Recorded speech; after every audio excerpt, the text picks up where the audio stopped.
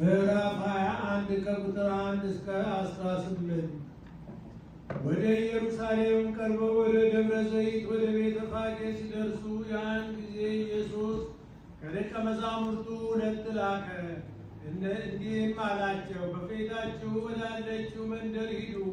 በዚያን ጊዜ የታሰረችን አህያ ውርንጫም ከእርሷ ጋር ታገኛላችሁ። ፈትታችሁ አምጡልኝ። ማንም እንደ አንዳች ቢላችሁ ለጌታ ያስፈልጉታል በሉ።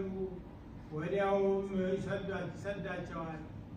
ለጽዮን ልጅ እነሆ ንጉሥ ሸዋ ሆኖ በአህያ ላይና በአህያይቱ ግልገል በውርንጫይቱ ላይ ተቀምጦ ወደ አንቺ ይመጣል በሏል ተብሎ በነቢይ የተነገረው ይፈጸም ዘንድ ይህ ሆነ። ደቀ መዛሙርቱም ሄደው ኢየሱስ እንዳዘዛቸው አደረጉ። አህያይቱንና ውርንጫዋንም አመጡለት። ልብሳቸውንም በእነርሱ ላይ ጫኑ፣ ተቀመጠባቸውም። ከአሕዛብም እጅግ ብዙዎች ልብሳቸውን በመንገድ ላይ አነጠፉ። ሌሎችም ከዛፍ ጫፉን እየቆረጡ በመንገድ ላይ ያነጥፏቸው ነበር። የሚቀድሙትም ሕዝብ የሚከተሉትም ሆሳዕና ለዳዊት ልጅ በጌታ ስም የሚመጣው የተባረከ ነው፣ ሆሳዕና በአርያም እያሉ ይጮኹ ነበር። ወደ ኢየሩሳሌምን በገባ ጊዜ መላው ከተማ ይህ ማን ነው ብሎ ተናወጠ። ሕዝቡም ይህ ከገሊላ ናዝሬት የመጣ ነቢዩ ኢየሱስ ነው አሉ። ኢየሱስም ወደ መቅደስ ገባና በመቅደስም የሚሸጡትንና የሚገዙትን ሁሉ አወጣ።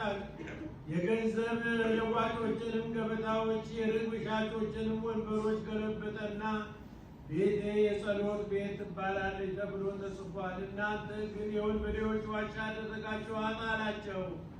በመቅደስም ዕውሮችን አንካሶችንም ወደ እርሱ ቀረቡና ፈወሳቸው። ነገር ግን የካህናት አለቆችና ጻፎች ያደረገውን ድንቃድንቅ በመቅደስም ሆሳዕና ለዳዊት ልጅ እያሉ የሚጮኹትን ልጆች ባዩ ጊዜ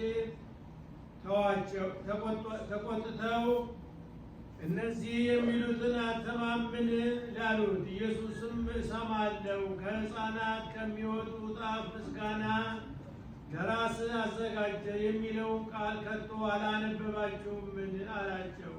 ትቷቸውም ከከተማ ወደ ቢታንያ መጣ፣ በዚያም አደረ።